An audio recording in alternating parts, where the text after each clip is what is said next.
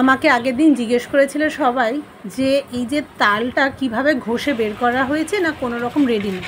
তো এই দেখো একটা ঝুড়িকে পরিষ্কার করে ধুয়ে সেটাকে উল্টো পিঠ করে সেখানে যে স্কিন ছাড়ানো যে পাম বা তাল যাই বলো সেটাকে ঘষা শুরু করতে হবে। এই ঘষলে আস্তে আস্তে ঘষতে থাকতে হবে, তখন দেখবে পিউরেটা বেরিয়ে আসছে।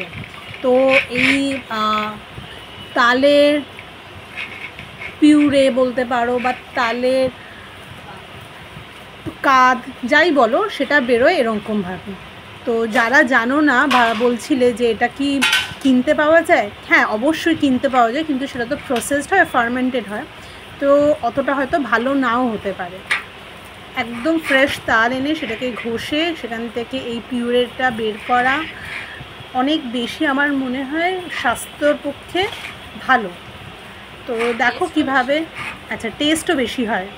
তার ফলে তোমরা যারা শুরু করবে বলছো তাল ক্ষীর বানাও বা তালের বড়া, তালের পিঠে, তালের মালপোয়া, তারা সবাই কিন্তু আগে এইভাবে তালটাকে ঘষে নিতে পারবে। হ্যাঁ একটু লেবারাস, কিন্তু খেতে গেলে স্বাদটাও তো ভালো হয়। আর এই দেখো ফাইনাল প্রোডাক্ট তোমাদের সামনে।